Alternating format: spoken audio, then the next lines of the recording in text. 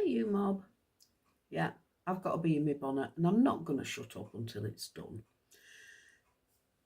My teeth, my implants. I am excited. I'm so grateful to Mark for supporting me and for getting this done. But I'm also very frightened. And of course, I've looked at the horror stories. Who wouldn't? I've seen people with half of the face missing, no nose, no lips, no teeth. That was the whole point of what they wanted. Big holes in the cheek. Terrible plastic surgery that's had to reconstruct the face. And of course, being a thriller horror writer, I focus on these things. I'm not focusing on the beautiful smile I'm going to come out with. I'm focusing on having no nose. So I spoke to an expert about it, or a world full of experts. And I'm going to go on about this in a different video. It's not for this one. I did speak to Chat GBT. I call him Gary because we're good mates, Gary and I. I'm going to say every time I mention Chat GBT, I'm going to have to say I do not use Gary for my writing at all. My writing is my writing, nothing to do with him. But I do use him for asking questions, research questions. And I do use, for instance, Mark's passport runs out on the 31st of May next year. We asked Gary if it was still valid to go to Turkey or if we needed to fast track one in a week. We got the answer and we didn't need to panic. That's just one example of what I've used him for recently, and I'm getting way off track as I do. I've gone off on a tangent down the rabbit hole. So I asked Gary about everything to do with implants and my surgery. I still wasn't 100% clear because my stepdaughter's a dental nurse and the way of doing things in England is different to the way of doing things in Turkey. So I still, from the itinerary, from the plan that I've shown you, I still wasn't clear exactly what was happening. The implants and the crowns, I mean, the crowns are permanent anyway. You know, people have had crowns for decades. They go in and they stay in. I still wasn't clear. I saw the most horrendous video. It scared the bejesus out of me and sent me running for Gary. It was a girl who had implants and her party piece was eating an apple.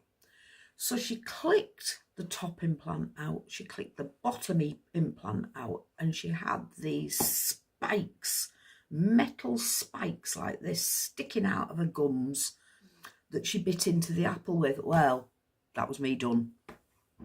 Gary!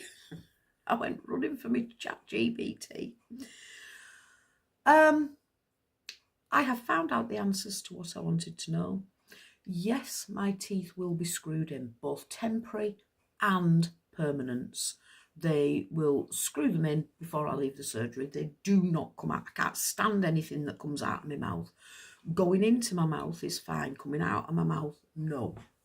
I think does this stem from my vomit phobia? I think maybe it does, you know. The thought of pulling teeth out of my mouth every night. No, I can't do it. So they're going to be screwed in and you treat them just like teeth. You clean them, brush them as you normally would. You can't floss the implants, but you can give them a good brush. And of course the teeth, you don't need to keep the teeth clean. That's just aesthetic. It's the gums and the mouth that needs to be looked after, apart from the crowns, you know. Well, still, even with the crowns, they're not my teeth. The plastic. So it's the gums and the palate and the tongue area and your mouth that has to be hygienic. So I asked him the big question. I told him in graphic detail about this lady with the spikes eating an apple. And I said, I can't do that. I cannot. I mean, obviously, I would never take my teeth out and eat an apple. But Nobody would ever see them, but I'd see them and it'd freak me out. So he said, I sent him a plan. I sent him my plan and my itinerary. Thank you very much. That gives me a much clearer idea of what's happening, he said to me. And then he put my mind at rest. In the early days, yes, there were far more instances of people going to unhygienic clinics, instruments not being sanitised properly, a lack of an advancement. We've advanced a long way since the infancy of dental implants. And he said, I would read it, but I can't be bothered putting it up. He said, if somebody lost half of their face to dental implants these days, it would be a textbook case and it would be written about in papers because it is that rare. Thank you, Gary. My mind is settled. The bone graft is either from pigs or it's synthetic. It's genetically engineered. There is nothing for the body to reject. It's not like a heart, liver, lungs transplant. It's a material that is put into your mouth. There is no rejection. Gary said, the worst that can happen, the very worst that is going to happen to me, is one of the bone grafts won't take properly. He said, and that doesn't mean they won't all take. He said, again, it'd be virtually impossible for every single bone graft not to take. He said, what you may have is one area round one abutment, they call it inbutment, abutment, rebutment, the little stud thing that's in me, drilled into my gum, jaw, it's about that long. And it's not little, it's about that big. The worst that can happen is the cement, the bone graft, it cements around one abutment, won't take properly. It might fall short, it might not be perfectly positioned. If it's caught before I come home, they will fix it immediately, instantly. They'll just put more bone graft in, sorted, not a problem. If it happens after I get home, the rest of the implant will be steady. The rest of my mouth will be steady. It'll be just that one place. And when I go back in 6 months' time, they'll redo that one. They'll take the, just unscrew the implant, take it out, chuck more bone marrow, bone graft in, leave it for 24 hours to settle, and then screw me back up. Sorted, not a problem. Another horror story is that the membrane of the sinus ruptures, or they nick the membrane of the sinus, they split it, they cut it. Obviously, you need these membranes. They're part of your nose. This happens, and it happens regularly. 30% of all sinus lifts get nicked, split, or ruptured. Not a problem.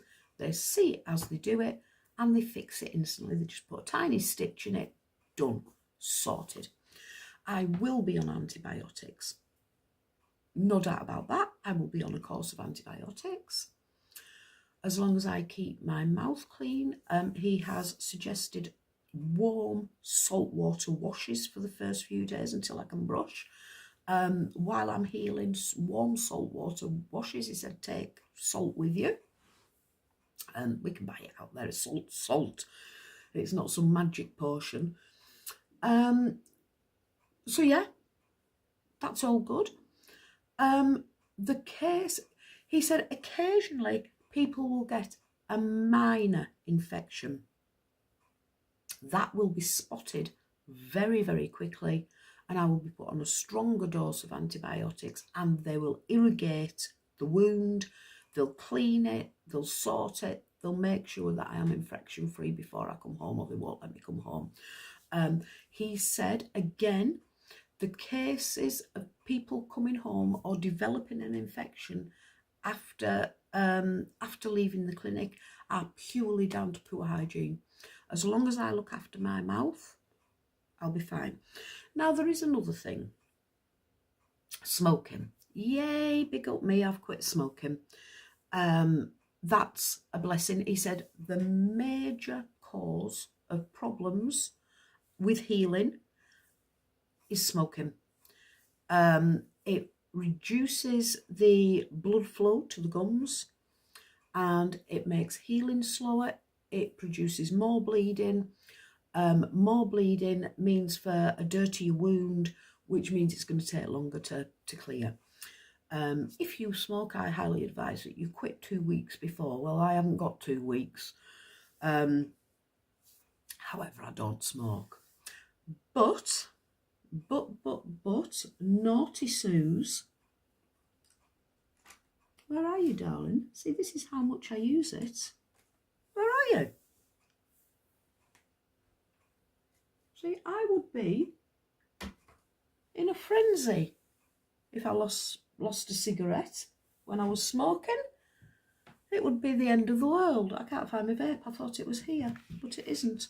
So I have been vaping occasionally. I quit smoking quite recently, and I have been vaping. I'm doing it for permanent this time. Now, last time I quit for 2 years, and I went from cigarettes onto a vape, and I found that within month and a half, 2 months, I forgot to use the vape. I just forgot. I didn't need it. We went abroad, Greece, Turkey last time, I think. And I realised, I looked for my vape, it was in my handbag, and I realised I'd gone 3 days without using my vape at all. I just didn't need it. I thought, right, I don't need that anymore, and threw it away, and that was me done. So I'm going to try and expedite that by only using my vape for the next few days if I get a massive craving. I'm still having fag cravings, but they're not regular. They're not much. I'm coping with them fine. So by the time I have my surgery, I want to be vape free as well. Gary did suggest 2 weeks before and 2 weeks after is the critical time period. I ain't got 2 weeks.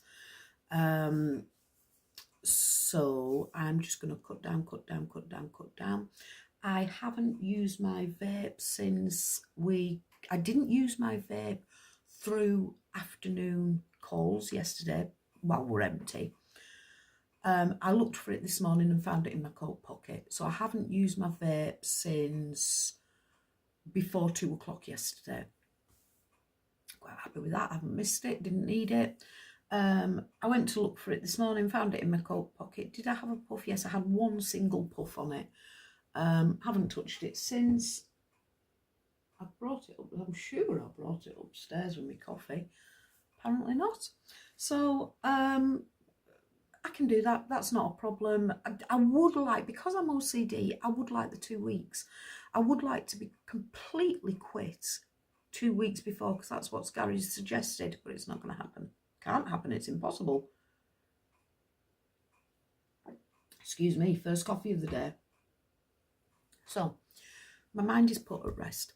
He also said, do you want a rundown of what to expect day on day going from your plan? Now, he's calling day 1 the day I have my teeth out. So that's day 3 in real life. Day 1 is when he's talking about when I have the big surgery. So day 1, I have my upper sinus lift, my bone grafts, and my teeth out. He said it's just like any other extraction. He said you will feel tightness here because they put foreign material into your face. He said you'll feel a lot of tightness around your nose and upper jaw. I will have stitches by this point. He said you will get quite a lot of swelling up under the eyes and around the nose, because it's not from having the teeth out, it's from having the sinus lift and the bone graft. So day 1 the swelling will start. I'll be in some discomfort. Excuse me, nothing major. Day 2, I have all the same as I had the day before on the bottom without the sinus lift, obviously. So by day 2, this is going to be quite swollen, and then I'm having the abutments put in on day 2. So that day 3 is when the swelling really comes out. I'll be badly bruised, badly swollen, 2 little piggy eyes in the snow. He said, people talk about the horror stories. He said, I can guarantee you are building it up bigger in your head than it will be. He said, and most people say, I wish I hadn't worried so much about it going into it, because it really wasn't that bad. I'm going to look a bit scary and scare children in the hotel.